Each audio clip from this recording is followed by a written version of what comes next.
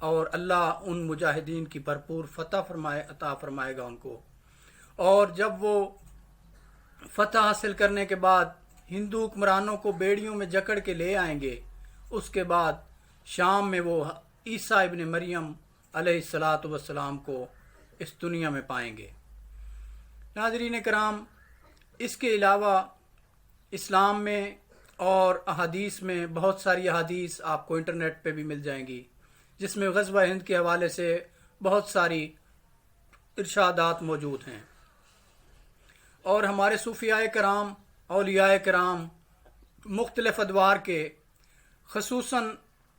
جب خلافت عثمانیہ کا ابتدا ہونے والی تھی، جب ارطغرل غازی کائی قبیلہ کے سربراہ اپنے بیٹے عثمان بے،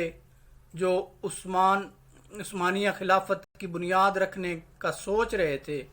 عثمان بے، اس ٹائم پہ اللہ کے ایک ولی کشمیر میں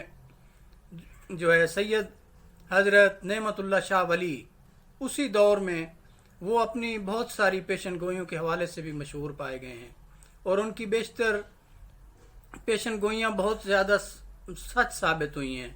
انہوں نے غزوہ ہند کے بارے میں بہت ساری پیشن گوئیاں کی ہیں، اور یاد رہے یہ حضرت سید نعمت اللہ شاہ ولی رحمۃ اللہ علیہ،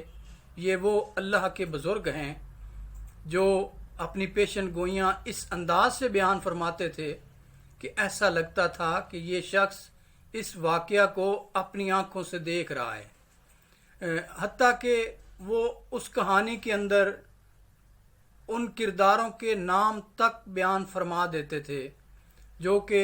آج 2021 سے پہلے بہت ساری پیشن گوئیاں ہو بہو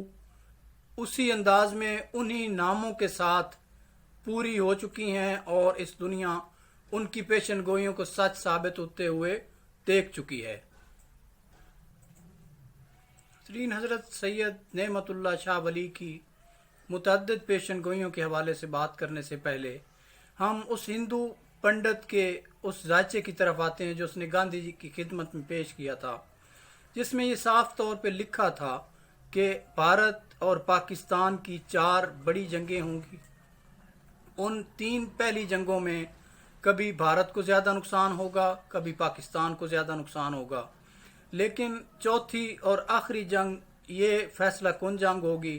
اور اس میں بھارت تباہ ہو جائے گا اور دنیا کے نقشے سے مٹ جائے گا، اور ہندوازم اور بت پرستی کا اس دنیا سے خاتمہ ہو جائے گا ہمیشہ کے لیے۔ یہ ذائچہ دیکھ کے گاندھی سکتے میں آ جاتا ہے، اور سکتے میں آنے کے بعد وہ اپنی قوم کو صرف اور صرف یہ کہتا ہے کہ پاکستان اور ہماری 4 جنگیں ہوں گی اور آخری جنگ فیصلہ کن ہوگی۔ اس حوالے سے وہ سب کچھ جاننے کے باوجود اس کے اوپر مزید کچھ کہنے سے انکاری رہے، اور گاندھی نے یہ سب کچھ سمجھتے ہوئے کہ پاکستان کو انڈیا کبھی بھی ختم نہیں کر سکتا،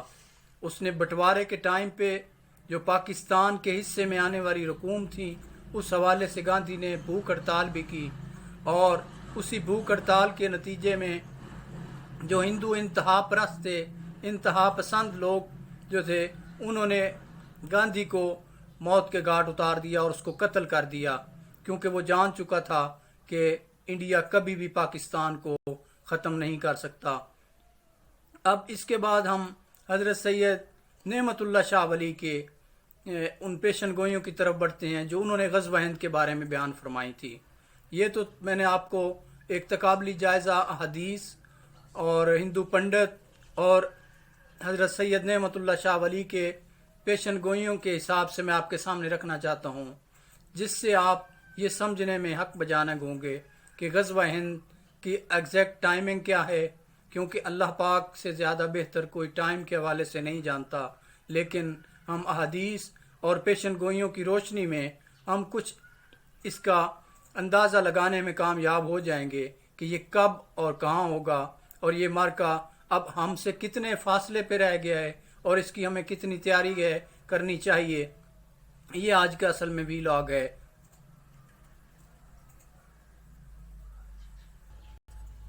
یہ وہ غزوہ ہند ہے جس کا تذکرہ ہمیں سیدی رسول اللہ صلی اللہ علیہ وآلہ وسلم کی حدیث میں ملتا ہے، اور سب سے زیادہ حدیث کو درج کرنے والے حضرت ابو ہریرہ رضی اللہ تعالیٰ عنہ کی شدید خواہش تھی کہ کاش میں اس غزوہ میں شامل ہوں اور ہمیشہ کے لیے ایک آزاد ابو ہریرہ کہلاؤں۔ اسی لیے غزوہ ہند کی اہمیت ہمارے نزدیک بہت زیادہ ہے، اور اس میں شامل ہونے والے مجاہدین کو سیدی رسول اللہ صلی اللہ علیہ وآلہ وسلم نے مغفرت کی بشارت دے چکے ہیں وہ۔ اسی لیے ہم غزوہ ہند کے ٹاپک کو اس سنجیدگی سے لیتے ہیں کہ آیا یہ غزوہ اب ہم سے کتنے فاصلے پہ رہ چکا ہے، کیونکہ اس کی تفصیل مختلف احادیث اور پیشن گوئیوں میں بڑی وضاحت کے ساتھ پیش کی گئی ہے۔ مختلف اولیاء کرام نے اپنے اپنے دور میں اپنے اپنے وقت میں غزوہ ہند کے اوپر اپنے اپنے لوگوں کو آگاہ بھی کیا اور اس میں شامل ہونے کی تلقین بھی فرمائی۔ 850 سال قبل حضرت سید نعمت اللہ شاہ ولی انہوں نے کمال خوبصورتی کے ساتھ اور مکمل تصویر کشی اس حوالے سے غزوہ ہند کے حوالے سے اس طرح فرمائی ہے، اور انہوں نے اس کے علاوہ جو تمام پیشن گوئیاں کی ہیں وہ آج تک بالکل سچ ثابت ہو چکی ہیں۔ جیسا کہ انہوں نے یہ فرمایا تھا کہ بر صغیر پاک و ہند پہ 1000 سال مسلمانوں کی حکومت ہوگی۔ اس کے بعد انہوں نے یہ بھی فرمایا تھا کہ 100 سال انگریز کی حکومت ہوگی، اور پھر انہوں نے یہ بھی ساتھ فرمایا تھا کہ کس طرح یہ خطہ ٹوٹ پوٹ کا شکار ہوگا اور کیسے اس میں سے مسلمان ایک الگ ریاست قائم کریں گے اور ہندو ایک الگ ریاست قائم کریں گے، اور اس ریاست جو مسلمان ریاست حاصل کی جائے گی اس کو ٹھیک جو ہے نا 23 سال کے بعد وہ اپنے پیغام اور اپنے کیے ہوئے وعدے سے جب بھی ذرا سا ہٹیں گے تو اس کے بعد ان کے اوپر ایک پھر سے قیامت ٹوٹے گی، جو کہ ہم بنگلہ دیش اور سقوط ڈھاکہ کے موقع پہ ہم دیکھ چکے ہیں، اور 1971 کی جنگ میں ہم نے برملا طور پر ان کی اس پیشن گوئی کو سچ ثابت ہوتے ہوئے دیکھ لیا۔ یہی حضرت نعمت اللہ شاہ ولی غزوہ ہند کے حوالے سے فرماتے ہیں کہ یہ ایک ایسا مارکہ سر پہ آن کھڑا ہے۔ یہ 850 سال وہ پہلے فرما رہے ہیں، اور اس کمال خوبصورتی سے فرما رہے ہیں جی کہ جیسا کہ یہ سارا مارکہ غزوہ ہند کا حضرت نعمت اللہ شاہ ولی اپنی آنکھوں سے دیکھ رہے ہیں۔ اس میں جو وہ فرما رہے ہیں غزوہ کے حوالے سے، وہ فرما رہے ہیں کہ اس میں ایک ایسا مارکہ ہوگا، اسلام اور بت پرستوں کے درمیان میں ایک ایسا مارکہ ہوگا جس میں مجاہدین کو اللہ فتح نصیب فرمائے گا، اور مجاہدین ایک پہلا حملہ جو ہے وہ بت پرستوں کی طرف سے ہوگا، اور وہ سیالکوٹ اور لاہور تک ایک دفعہ پاکستان سے چھین لیں گے، اور جو اٹک کا دریا ہے وہ خون سے خون آلود ہو جائے گا اور بھر جائے گا، اتنا قتل عام ہو چکا ہوگا، لیکن اس کے بعد اللہ مجاہدین کو کے ہاتھ مضبوط فرمائے گا، اور ان کا وہ حملہ ان کا وہ غزوہ میں بدل جائے گا۔ وہ غزوہ ہند ہوگا جس میں بھارت کی تمام ریاستیں ٹوٹ جائیں گی، بھارت کے تمام حکمرانوں کو بیڑیوں میں جکڑ کے یہ مجاہدین لے کے آئیں گے۔ اللہ مجاہدین کو بھرپور فتح و کامرانی نصیب فرمائے گا، اور یہ ان حکمرانوں کو بیڑیوں میں جکڑ کے واپس لے کے آئیں گے۔ انڈیا کا وجود ختم ہو جائے گا، بت پرستی کا اس دنیا سے خاتمہ ہو جائے گا۔ اس کے بعد حضرت عیسیٰ ابن مریم شام میں ان مجاہدین کے درمیان میں ہوں گے۔ یہ تھا بیسیکلی غزوہ ہند کے حوالے سے میرے آپ کے سامنے اس ویلاگ بنانے کا مقصد۔ اب ناظرین،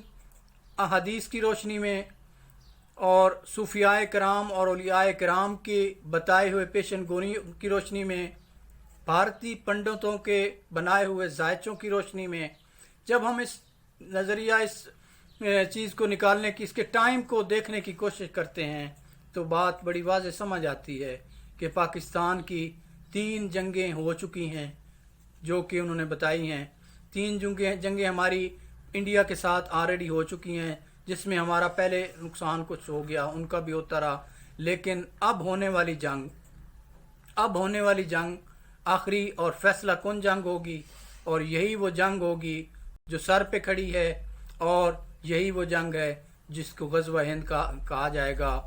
اللہ کریم پاکستان کا حامی و ناصر ہو اور اس میں شامل تمام مجاہدین کو، غزوہ ہند کے ہر سپاہی کو مجاہد ٹی وی کا سلام۔ ہمیشہ کی طرح اللہ کریم پاکستان کا حامی و ناصر ہو۔